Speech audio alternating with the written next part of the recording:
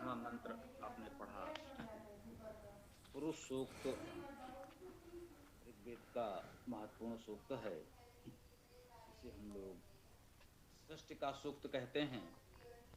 सृष्टि के सृजन की प्रक्रिया इसमें बताई गई है। ऋग्वेद मंडल 10 सूक्त 90। ध्यान रखें, पुरुष सूक्त। अभी तक हम लोगों ने ये जाना कि सृष्टि के मूल में एकमात्र पुरुष परमात्मा परमेश्वर था। इस सूक्त में उसे पुरुष नाम से कहा गया। कैसे प्रकाश ध्वनि ऊर्जा उत्पन्न हुई और धीरे धीरे ये साकार दृश्य सृष्टि विकसित हुई।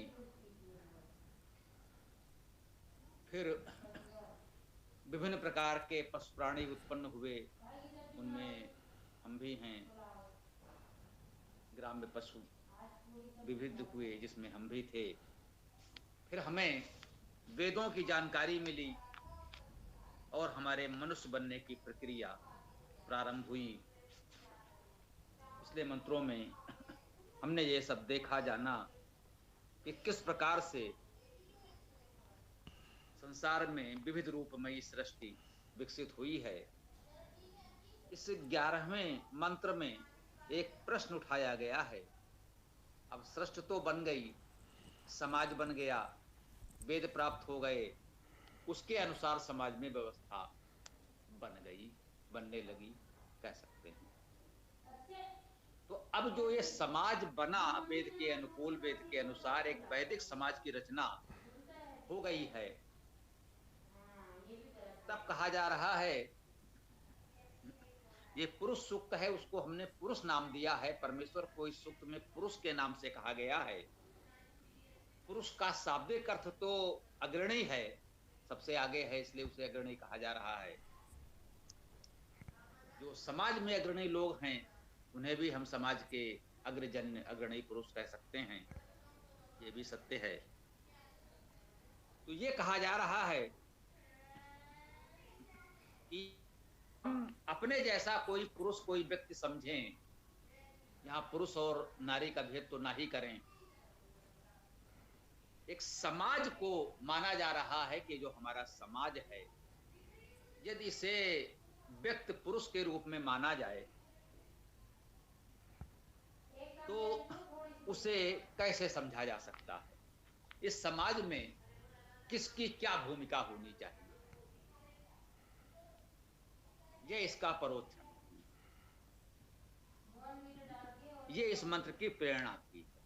इसमें केवल प्रश्न किया गया है, उत्तर अगले मंत्र में दिया जाएगा। कह रहे हैं यत जो पुरुषम, पुरुष को भी अधधु विशेष रूप से धारण किया। वह पुरुष परमात्मा मूल स्वरूप में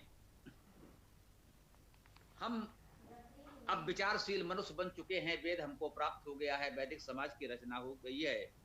तो कह रहे हैं कि उस पुरुष को अब हम कैसे धारण करें, हम उसे कैसे अपनाएं, कैसे जाने समझें, इसका यही भाव।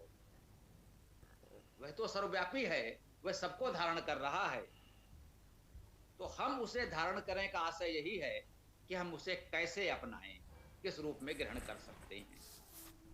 कहते हैं कि यत पुरुषम व्यददु, जो पुरुष को विशेष रूप से हम धारण करते हैं, कतिधा, कितने प्रकार से, कत कितने, धा प्रत्यय है, कतिधा कितने प्रकार से।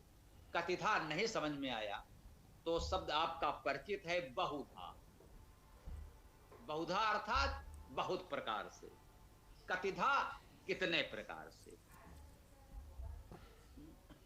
कतिधा कितने प्रकार से, भी विशेष रूप से, अकल्पयन कल्पना करें, कल्पना की है। कह रहे हैं वह जो पुरुष है, अग्रणी परमेश्वर है, उसे हमको विशेष रूप से धारण करना है, अपनाना है। तभी तो हमारे जीवन में व्यवस्था, पवित्रता आएगी, तभी तो हमारा जीवन एक सुनिश्चित सही दिशा में चल सकेगा। हमें उसको धारण करना है। तो कह रहे हैं उस सर्वव्यापी निराकार अनंत परमेश्वर को हम कैसे धारण करेंगे? वह तो अनादि है, अनंत है, और हमारी तो कोई सामर्थ्य ही नहीं है, उसकी तुलना में हम क्या हैं? और हम उस विराट अनादि अनंत परमेश्वर को धारण करें तो करें कैसे? उसे तो समझना ही कठिन है हमारे लिए, हम उसे समझें कैसे? तो धारण क्या करेंगे? तो कहा गया है कतिधा कितने प्रकार से भी अकल्पयन, विशेष रूप से उसकी कल्पना की जा सकती है। उस पुरुष अर्थात अग्रणी परमेश्वर की कल्पना हम कैसे करें? प्रश्न यह किया जा रहा है। यह ध्यान रखना है, महत्वपूर्ण है। हमसे कल्पना करने को कहा जा रहा है, हमें उस पुरुष की कल्पना करनी है।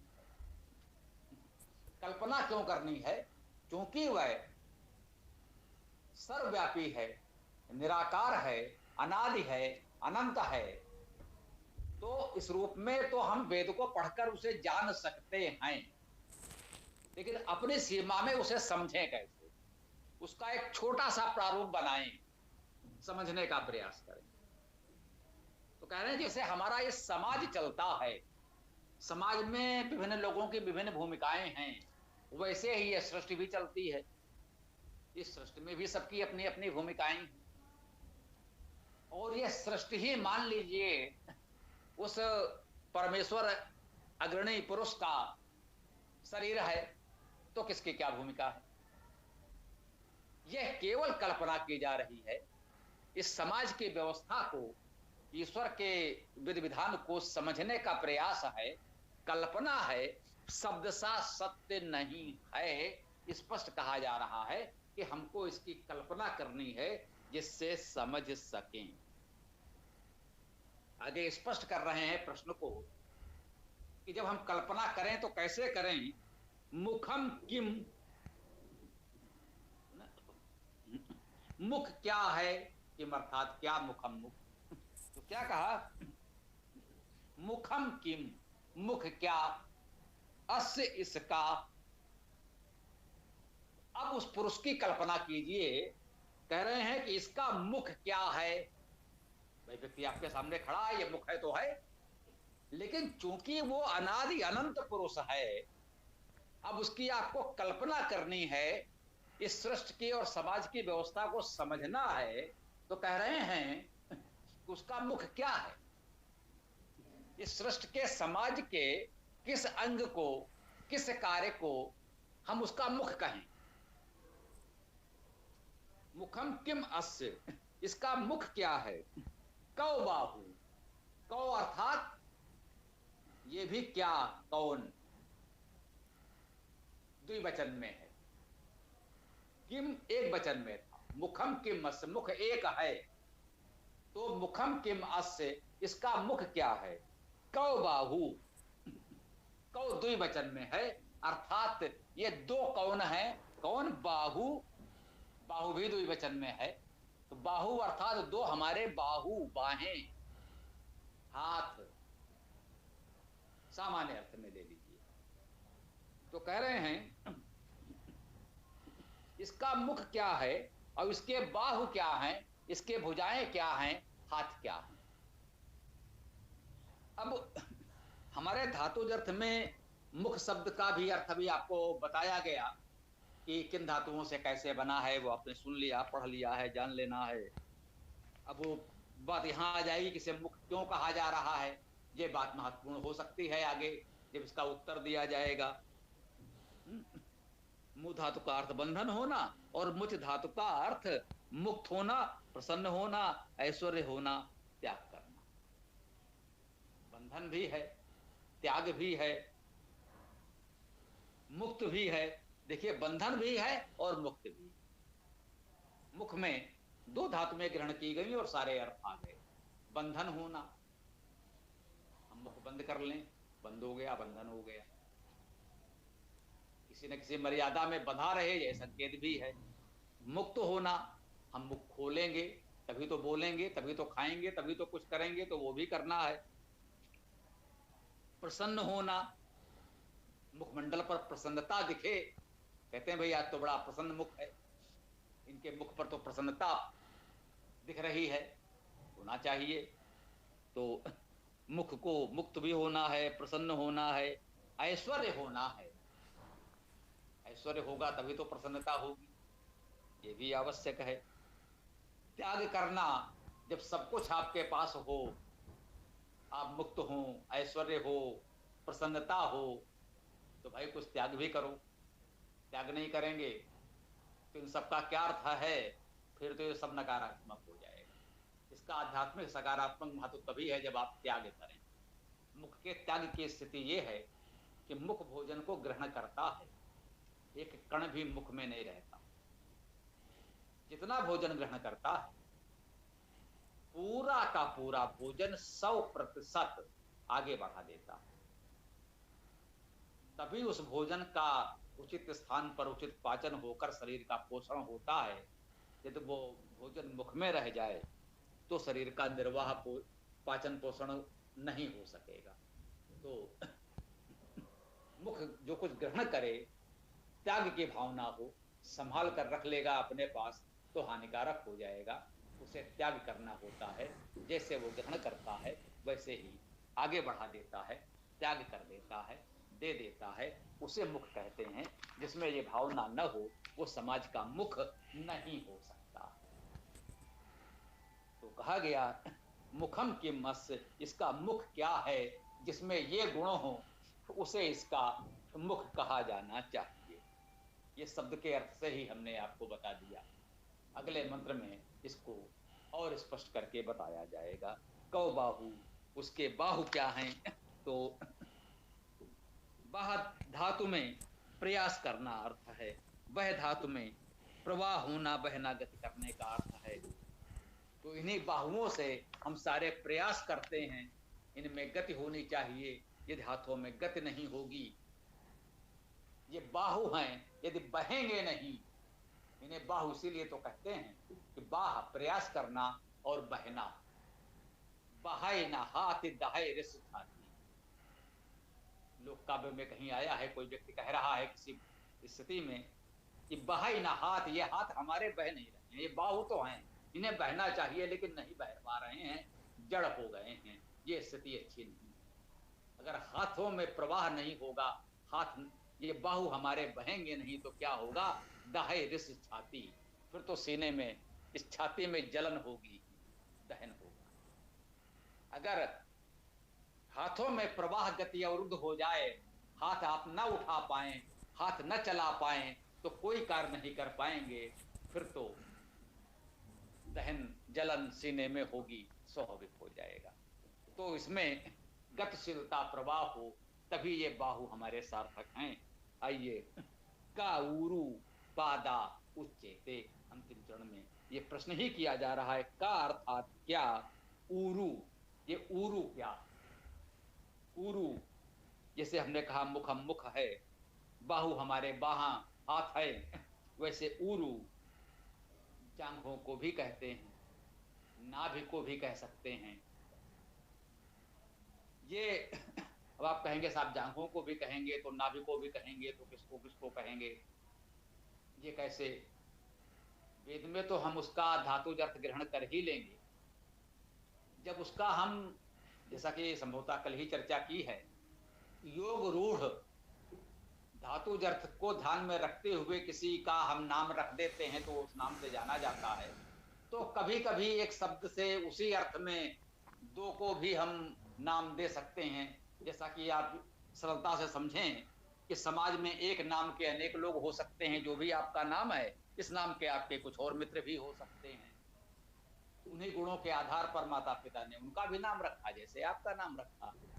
तो जो भी नाम आपके समय तो सुविधा है, आप जरा डालिए अपना नाम, कितने आ जाएंगे। आप खोजेंगे जब तो उस नाम के कितने लोग आ जाएंगे। किसी को लगता हो मेरा नाम ऐसा है जो शायद किसी और का नहीं होगा, लेकिन जब हम वहां खोजने का प्रयास करते हैं आपके अंतर्जाल पर, तो मेरे नाम के बहुत से लोग मिल जाते हैं। तो इस प्रकार से ये संभव है कि उरु हमने कहा तो कोई उसे जांघ कहे, कोई नाभि कहे या कुछ कहे। मतलब आशय यही है कि जो मध्य देश है, शरीर का मध्य प्रदेश है, बीच का भाग है जो शरीर का पोषण करता है, शरीर को आधार देता है, वो ऊरु कहा गया।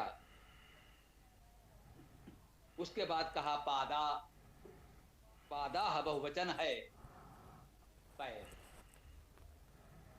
हाँ, वैदिक भाषा में संस्कृत में जैसे पादव होना चाहिए था द्विवचन में, जैसे कौ आया है, ये हमने कहा ये कौ द्विवचन में है, वैसे पाद का द्विवचन पादव बनना चाहिए था, पैर दो होते हैं तो द्विवचन में आना चाहिए था, परंतु वेद में द्विवचन में पादा आकारांत भी बनता है, ये होता है। देवा भी हो सकता है, वेद में कुछ भी हो सकता है। जैसा प्रारंभ में हमने आपको बताया कि वेद संस्कृत वालों के नियम का पालन तो नहीं करेगा, क्योंकि संस्कृत भाषा बाद में आई, उसकी व्याकरण उसके भी बाद में आई, वेद तो आदि से हैं, तो वेद पर व्याकरण लागू नहीं होती।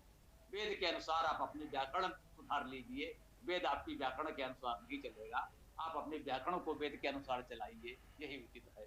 तो वेद पर व्याकरण थोपने का प्रयास नहीं कर सकते। पादा यहाँ द्विवचन में है, उच्चेते द्विवचन में है, इससे और स्पष्ट हो जाता है कि का उरु, ये हमारे उरु क्या हैं, और पादव ये हमारे पाद अर्थात चरण क्या हैं। पद धातु का अर्थ चलना है, चर धातु का अर्थ भी चलना है, तो उसी को पद भी कहते हैं और उसी को चरण भी कहते हैं, दोनों का अर्थ एक ही है। ये चरण क्या हैं, इस मंत्र में हमसे ये कहा गया कि यदि उस अनादि अनंत परमेश्वर पुरुष की कल्पना हम एक व्यक्ति के शरीर के रूप में करना चाहें, या इस पूरे समाज को हम एक व्यक्ति के स्वरूप में समझना चाहें, तो उसके विभिन्न अंग क्या होंगे, विशेष रूप से उसका मुख क्या होगा, बाहु क्या होंगे, उर क्या होगा, और पद या चरण क्या होंगे। आज इस मंत्र में ये प्रश्न किया गया है, अगले मंत्र में इसका